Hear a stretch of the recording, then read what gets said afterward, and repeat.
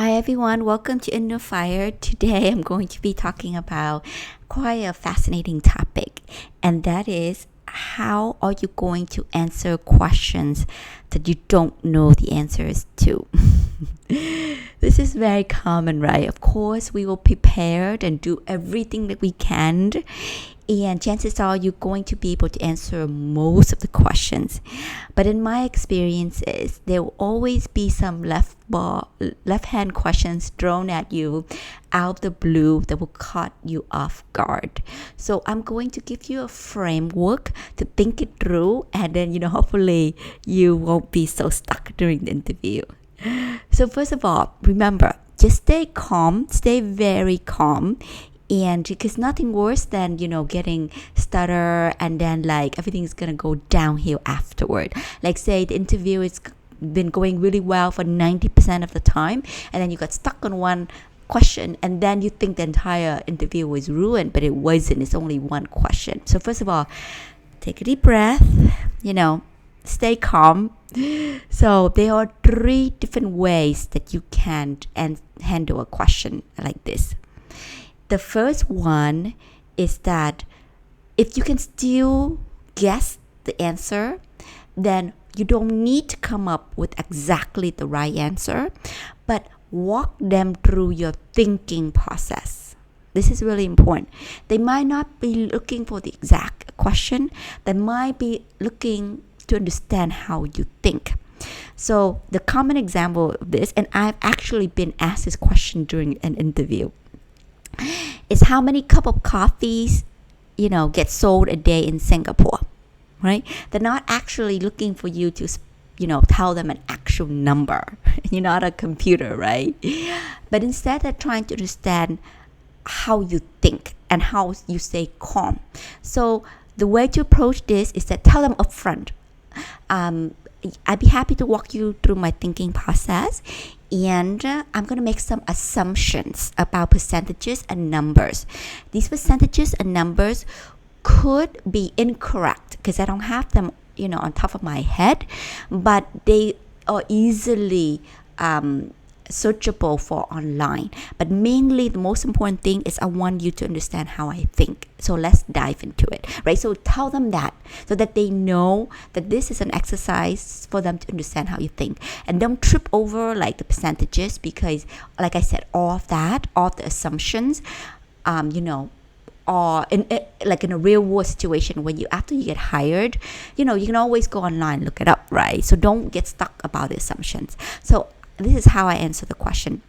I said, okay, let's take a top-down approach, right? We know that in Singapore, let's round it up to 6 million people. It's not 6 million, but let's just make it even to calculate. And then let's assume half of the population are,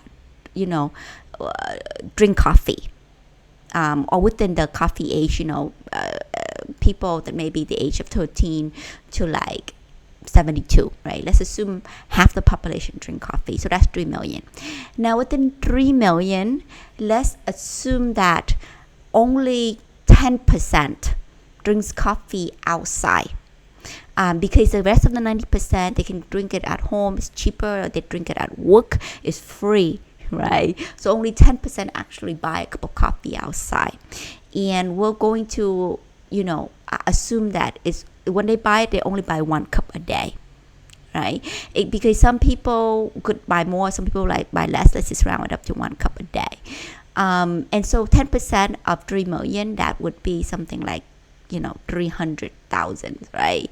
So this is a very simple calculation. It could be wrong with the math, but the point is you stay calm and you show them your thinking process. That's the most important thing. Okay. Next question is, remember, the thinking process is the most important in this sort of scenario. I've also been asked the question, why is Gmail free? And to be honest with you, I didn't know why Gmail was free when they asked me this question. So I just take a guess, okay?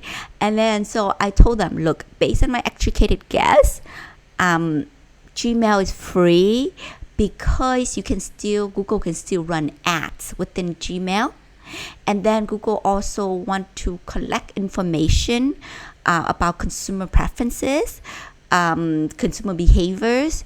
And so, running a Gmail is a way to understand all that, right? So that was just a guess. It could be a right answer, it could be a wrong answer, but at least, you make an educated guess, okay? Now, in the situation that you don't know the answer at all, but you know an answer in a similar situation, then you can steer them toward something that you do know. Okay, so this is how I would answer. So if you don't know the answer, but you kind of know in a different situation, a different setting, then that's what I would do. I would steer them toward that. Okay, so let me give you an example. I was also asked this question during my interview. They wanted me to think, why is it so hard to build a subway in a place like Indonesia and China? Well, I actually never lived in Indonesia or China. I don't know the answer to that. But I did live in a place in Vietnam. So I told them that. I said, look, I actually haven't lived in either of these places. But based on my experience in Vietnam, the reason why it's so difficult to build a subway in Vietnam is because the land rights are so complicated. It's very hard to clear people's houses. And as such, you cannot compensate people, you cannot move people, so you cannot build subways. Very hard. And I would imagine it's similar in Indonesia and China. So this isn't only an actuated guess, but at least you make an assumption and you steer them something toward you do know. Okay, so this is a second solution, right? The first solution, again, going back, is walk them through your thinking process. The second solution is steer them towards something you do know. Let's go to the last solution, which is the most difficult. So you don't know anything about what they're asking. Nothing. Okay? What are you going to do? If you don't know anything, I suggest you don't lie. You shouldn't lie and make something up because it would just look really bad. But instead, you should be honest, and you should, steer them back to the skills that you already have. So essentially, you're not answering their question, and you be honest and you tell them you don't know the answer. But look, I do know a lot of other things, and I hope that these other things will make up for it, right? So that's what I would do. So let me give you an example. When I was interviewing with Gartner for a sales position, the manager was so confused because I had zero sales experience, zero, right? So he asked me, have you done sales before? And I have nothing about sales, right? So I'm not going to lie. I'm not going to sit there and say, I've done many years of sales, right? Instead, I was very honest. I said, look, I haven't done sales, but I have two other skills that can make up for it. Okay, so again, you're honest, you tell them that you don't know, but you have other skills that can make up for it, right? So the first skills I have is I have done consultant work. And in consultant work, you have to ask questions to understand people's needs. Then you have to come up with solutions to fulfill their need, and you have to service them. Okay? So I imagine that the sales process is very similar, and that's why I think I'll be successful in sale.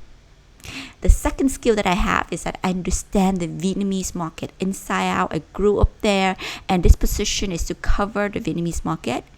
And so in a way, I feel that you can almost teach someone sales skills, but you can never teach someone the ability to understand a local market. And I have that, right? So this is how I would answer this question. Just stay calm, I mean, at the end of the day, if what they are looking for is so essential and you don't know it, they're not going to hire you anyway.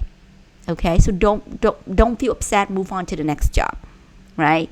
But if it's something where you can make up with other stuff, you can replace it, then that's what you should do. But regardless, just stay very calm and remember, you've done this interview, 90% of it's going well. Don't let this one question trip you up. And if it trips you up, just be honest and then just end it and then just move on. Don't just stand there. I don't know if you ever play Taboo, right? There's a clock ticking and you have a bunch of questions, and then you got one question, you stuck, and then you just stuck there. You have the ability to pass, just pass, and then go to the next question, so that you can answer the next question. It will hurt you, but at least you move on. So don't just feel too bad about it, and don't let it ruin the rest of your interview. I wish you all the very best, and I know you're gonna crush it. Let me know if you have any questions.